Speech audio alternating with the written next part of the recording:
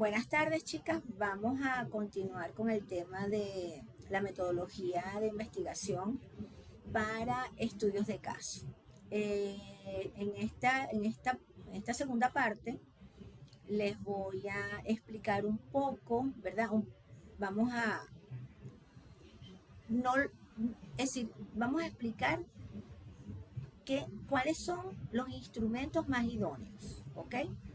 Eh, Voy a hacerlo quizás de un poco de manera genérica, pero voy a tratar de explicarles a ustedes lo más sencillo para que pueda ser comprendido cómo se aborda la investigación en un estudio de caso, cuáles son los materiales y ese tipo de cosas. Fíjense, por supuesto, la investigación en estudio de caso es una investigación cualitativa. Ya mencionamos de alguna manera que se debe conocer el contexto donde ocurre la situación que vamos a plantearnos como problemática, ¿ok? Sea una comunidad, sea una persona, sea, como dijeron allí, una pandilla, una institución, un proceso.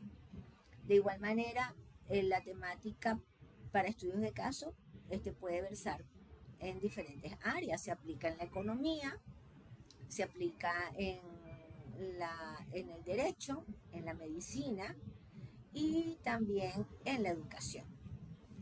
Eh, Hemos conversado o hemos hablado, también yo les he planteado por acá, que la investigación de caso debe involucrar a todas las personas que están relacionadas con el fenómeno a estudiar.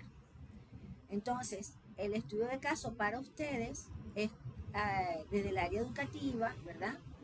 Y desde la perspectiva del investigador, deben involucrar en esa investigación a los representantes, a los padres del niño o de la niña.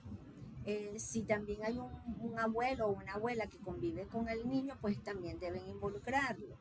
En la medida de lo posible, también a la maestra y por supuesto están ustedes como investigadora.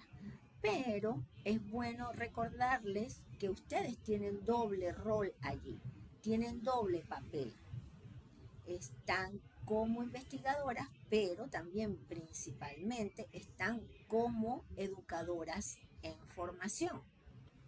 Entonces, esta metodología también es beneficiosa para el proceso de aprendizaje y de enseñanza de ustedes.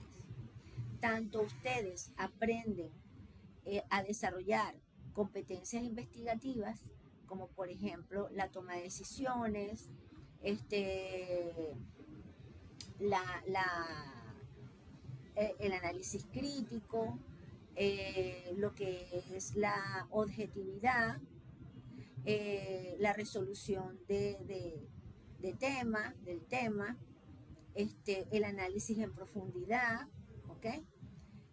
Lo que es la descripción de lo que es la situación. Es decir, hay muchas habilidades, tanto de competencias investigativas como de competencias cognitivas, que ustedes aquí tienen la oportunidad de aprovechar para realizar su investigación. Con respecto a lo que nos lleva de estudio de caso, pues tenemos que en el aspecto cualitativo, el estudio de caso se caracteriza por que puede aprovecharse en el sentido de que podemos usar varias estrategias y varias técnicas y varios instrumentos. Es decir, lo que dice el autor Cerdá, hay una complementariedad paradigmática y metodológica, porque se apoya en varios recursos, pues, ¿no? En varios recursos en investigación. Entonces, al respecto, podemos decir que la investigación cualitativa con el método de estudio de caso nos lleva a usar varios instrumentos, pero el principal es la entrevista a profundidad. ¿De qué trata la entrevista a profundidad? La entrevista a profundidad es primero, después que ustedes hacen sus diagnósticos, después que ustedes hacen sus primeras descripciones, ¿verdad? Y ya tienen el planteamiento del problema, entonces van a hacer un guión de preguntas. ¿Cuáles son las preguntas que les harían a los padres de los niños? Las más importantes. Entonces hay que armar una lista de preguntas y de esas preguntas seleccionar cuáles son realmente las que apuntan al foco de la investigación. Lo mismo sería para la abuela, lo mismo sería, o el abuelo, o los otros familiares, y si están involucrados, por supuesto. Y lo mismo sería para la maestra. Son preguntas distintas. ¿Por qué son entrevistas distintas? Y porque van a diferentes personas, aunque estén todos involucrados. Por supuesto, van a haber preguntas importantes que se les va a tener que hacer a todos, ¿ok? Y ahí eso es válido, ¿sí? Pero ustedes, la intencionalidad es eh, recabar la mayor cantidad de información y que esa información sea dada a profundidad, ¿ok? Para que ustedes luego puedan hacer un análisis crítico que sea coherente con lo que han recogido en la entrevista a profundidad. Luego tenemos lo que es la triangulación, que ya les había mencionado un poco en el video anterior sobre la triangulación. Y este método es bastante efectivo para encontrar correlaciones y también discrepancias entre la información que ustedes han obtenido, el análisis que han hecho de esa información y la teoría que están sustentando. ¿Ok? Es importante que puedan indagar un poco más sobre lo que estos instrumentos aportan al estudio. También pueden tener un checklist. ¿El checklist de qué va? Es como una lista de cotejo, ¿verdad? Que ustedes pueden organizar para determinar aspectos presentes o no presentes en las situaciones de observación que ustedes están haciendo. Igual les hablé del registro. Hay un registro que se realiza y se llama registro de campo, y ese registro debe tener fecha, debe tener la hora, describir la actividad, describir qué hace el niño, ¿ok? Y al final debe tener las apreciaciones de ustedes tanto como docente y como investigador. Entonces, estos elementos son muy importantes que ustedes los apliquen en la investigación, ¿ok? Y la entrevista a profundidad, me gustaría, se los voy a poner como una actividad en la clase, que me mostrara la entrevista a profundidad y las preguntas que tienen diseñadas para eso, porque tenemos que revisar el instrumento de recolección de datos. ¿Ok? En cuanto a su aplicabilidad, hay ciertas condiciones, no es que sean extremadamente necesarias ni obligatorias, pero sí son importantes en el sentido de que el investigador debe conocer realmente todo el contexto donde ocurre el fenómeno o donde está inserto el niño que ustedes están con necesidades especiales que ustedes están abordando, ¿ok? ¿Por qué les digo esto? Porque debe existir cierto nivel de empatía entre ustedes y las personas con las que le van a entrevistar, que le van a dar información, porque esa información es importante, es para ellos. Están hablando de un familiar, están hablando de su hijo, están hablando de su nieto, están hablando de su estudiante. Entonces, ustedes tienen que garantizarle no solamente el anonimato, sino también la confidencialidad de ese instrumento. Eh, al respecto, también se puede decir que las preguntas no deben ser tan complicadas ni tan largas.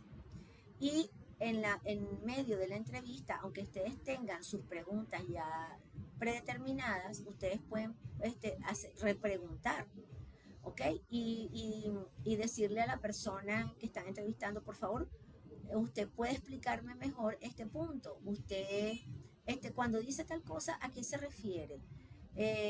¿Y por qué usted opina? ¿Qué elemento tiene usted para, para decir que usted opina de esta manera? Pues no, porque ¿en qué sustenta usted su opinión?